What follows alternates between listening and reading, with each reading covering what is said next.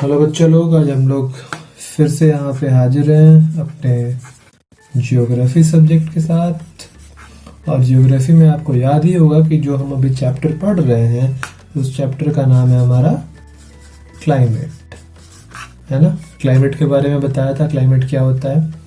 Okay, तो जो topic हमें आज पढ़ना है उस टॉपिक का नाम है controls of climate. Controls of climate. अब आप सोचोगे कि सर कंट्रोल्स ऑफ क्लाइमेट, अभी आपने बताया कि क्लाइमेट किसी एक जगह पे 30 इयर्स तक रहने वाली चीज होती है। अब आप कह रहे हो कंट्रोल्स ऑफ क्लाइमेट, मतलब कंट्रोल तो उस चीज का होता है ना जिसको कम या ज्यादा कर सकते हैं या फिर हम बदल सकते हैं।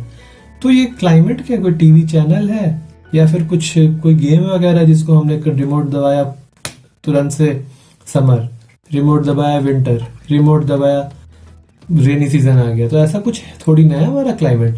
तो कंट्रोल ऑफ क्लाइमेट कहने का क्या मतलब हुआ कि किसी के पास कंट्रोल है हमारे क्लाइमेट का। ऐसे अगर आप देखें तो बस ये हेडिंग देखने से आपको समझ में नहीं आएगा कि कंट्रोल ऑफ क्लाइमेट का क्या मतलब है। बट मैं आपको बताने जा रहा हूं कि कुछ ऐसे फैक्टर्स हैं, कुछ ऐसी चीजें हैं जो कि क्लाइमेट को कंट्रोल करती हैं। जैसे कि फर्स्ट की अगर मैं बात करूं तो पहला होता है लैटिट्यूड। अब लैटिट्यूड तो आप सबको पता है कि लैटिट्यूड क्या होता है। लैटिट्यूड और लॉन्गिट्यूड अभी तक तो हम लोग पढ़ चुके हैं, मैंने कह दिया पता है। लेकिन मेरे बहुत सारे ऐसे महान बच्चे होंगे ना जिनको लैटिट्यूड की जानकारी नहीं होगी या फिर भूल गए होंगे कि क्या होता है लैटिट्यूड। तो ये अंडा देखो बेटा, प्रोटीन वाले अंडे जो खाते हो ना, तो ये अंडे बहुत बार बताए गए होंगे तुम लोगों को कि ये अंडा है, इसको हमने बीचों बीच, आप भी सोच रहे होगे कि क्या बालूशाही जैसा अंडा बना दिया सर ने। होता है बेटा, ऐसे ही होता है, ठीक है। तो ये अंडे को जो हम बीच से जब हम काटते हैं तो यहाँ नमक नहीं लगाना है क्योंकि ये आपका इक्वेटर है, ठीक। अब ये इक्वेटर है तो ऊपर नीचे अपना आपका ये नॉर्दर्न हेमिस्फीयर और ये साउदर्न हेमिस्फीयर हो गया। अब ये सारा अंडे का खेल है, ठीक है ना। तो अब हम जब क्या करते हैं कि जब भी हम इस इक्वेटर से पोल्स की तरफ जाते हैं, ये अपना पोल है ना, यहाँ पे पोल, पोल यहाँ पोल होता है। तो जब भी हम इक्वेटर से पोल्स की तरफ जाते हैं तो टेम्परेचर क्या होता है, डिक्रीज करता है। जैसे मान लीजिए कि चलिए ये इक्वेटर है, यहाँ से मैं जा रहा हूँ पोल की तरफ, ये इक्वेटर में मैं पोल की तरफ जा रहा हूँ। मैं यहाँ रहता हूँ किसी कंट्री में, मुझे यहाँ किसी कंट्री में जाना है, तो मैं क्या कर रहा हूँ, इक्वेटर से पोल की तरफ जा रहा हूँ। तो जब भी हम इक्वेटर से पोल की तरफ जाएंगे तो क्या होगा, टेम्परेचर डिक्रीज करेगा। तो ध्यान में रखना कि temperature decreases when we move from equator to pole। जब ये ऐसा नहीं है कि इधर भी नहीं होगा, इधर भी जब हम इक्वेटर से पोल की तरफ जाएंगे तो टेम्परेचर हमारा डिक्रीज करेगा, ठीक है। तो अगर आप इक्वेटर के पास किसी एरिया में रह रहे हो, वहां से आप पोल के पास के किसी एरिया में जाओगे तो आपका टेम्परेचर हमेशा डिक्रीज करता रहेगा। तो यही लाइनें जो होती हैं इन्हें हम क्या कहते हैं, लैटिट्यूड कहते हैं, पता है ना। ऐसे वाली लैटिट्यूड और ऐसे वाली लॉन्गिट्यूड होती हैं। देखो मुझे नहीं पता, मुझे ज्योग्राफी आती ही नहीं, तो बताना मुझे क्या होता है लॉन्गिट्यूड और लैटिट्यूड। अब हम बात करते हैं सेकंड। सेकंड होता है अपना अल्टीट्यूड।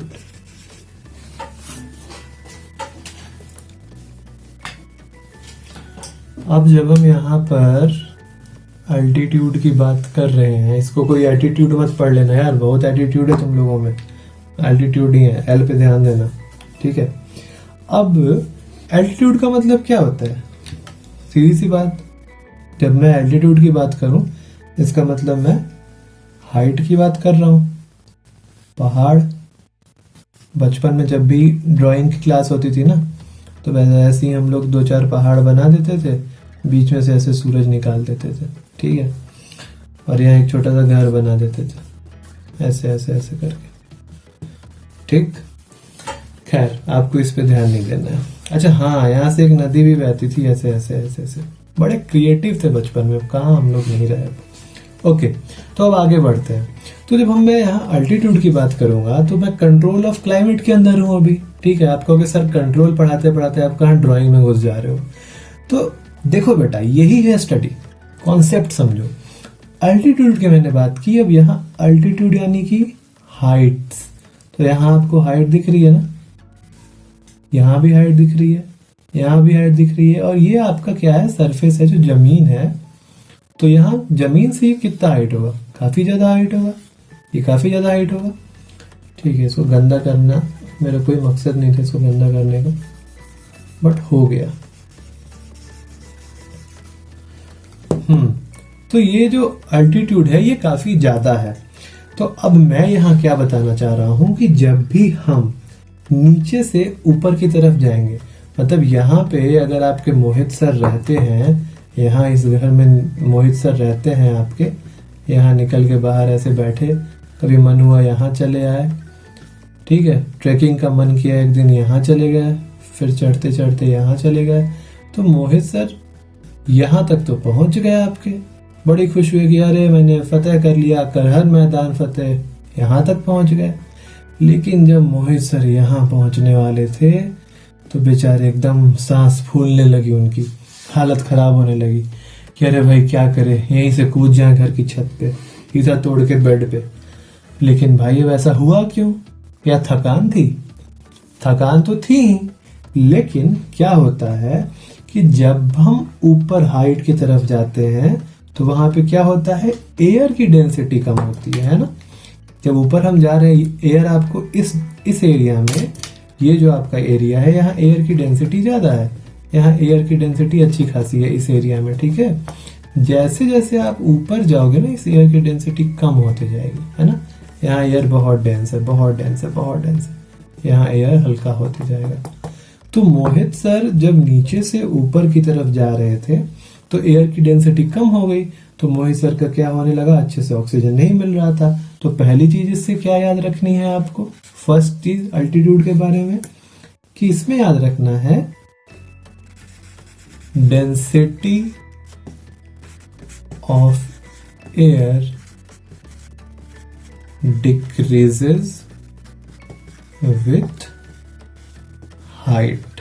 ठीक है, हाइट के साथ साथ डेंसिटी घट रही है। अब ये मोहित सर यहाँ पहुंच तो गए, चलिए डेंसिटी समझ में आया, थोड़ा बहुत मैनेज भी कर लेंगे, ऑक्सीजन आ रहा है। लेकिन ये भाई साहब जब यहाँ थे, मतलब मोहित सर आपके जब यहाँ थे, बड़े सही थे एकदम, एक शर्ट वर्ट पहन के, स्वेटर वेटर लिया नहीं था, ऊपर चढ़ से गए। लेकिन जब ऊपर गए तो ठंड के मारे इनकी हालत खराब, एकदम छींक पे छींक करे तो क्या करे। तो यहाँ जब ऊपर पहुंचे तो इन्हें ठंड लगने लगी। क्यों ठंड लगने लगी? क्योंकि एयर क्या होता है, हल्का होते चला गया। तो जब ठंड लगने लगी तो इससे हम एक और चीज समझते हैं। अगर मैं सेकंड पॉइंट करके बताऊं, थोड़ा इसको यहां से मिटाता हूं। अगर मैं यहाँ पे सेकंड पॉइंट बताऊं, ये अल्टीट्यूड का सेकंड पॉइंट है, कि ध्यान रखिएगा, टेम्परेचर डिक्रीजेस विथ क्या, हाइट।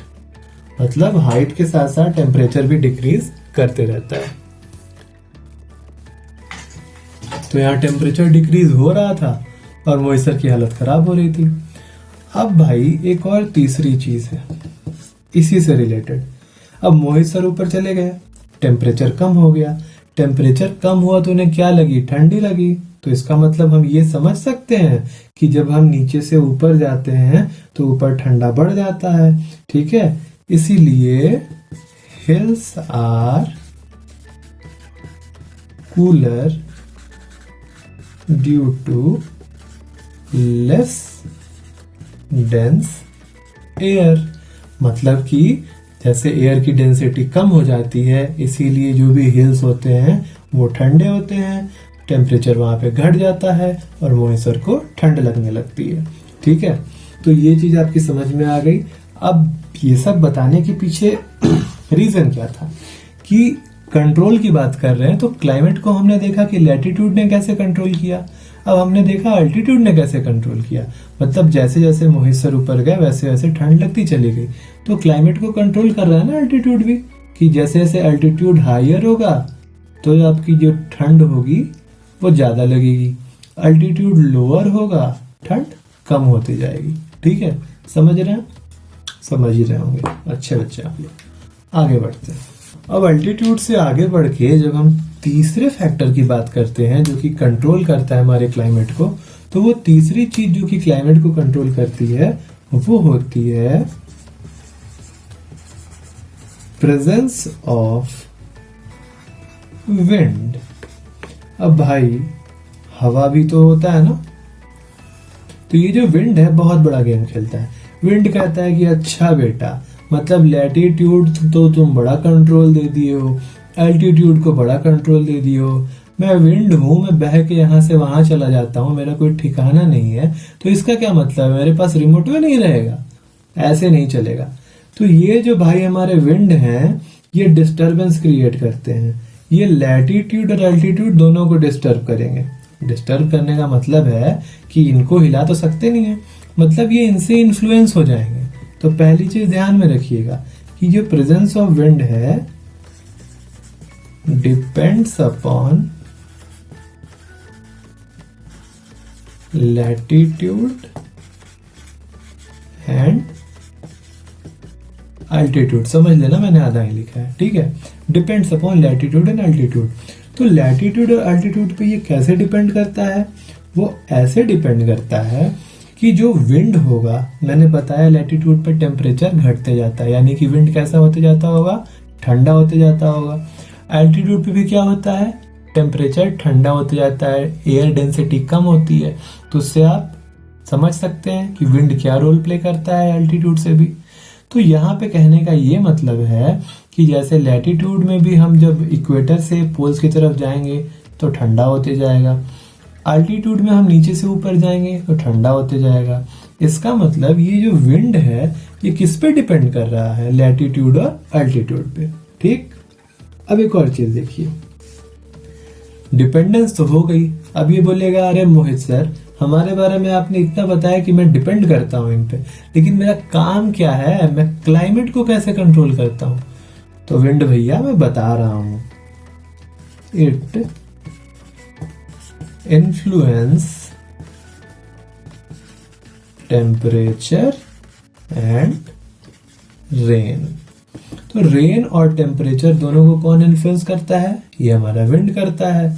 तो अच्छे से याद रखना है कि हम कंट्रोल ऑफ क्लाइमेट की बात कर रहे हैं। लैटिट्यूड भी क्या करेगा, ठंडा की बात करेगा, ठंडक कर देगा।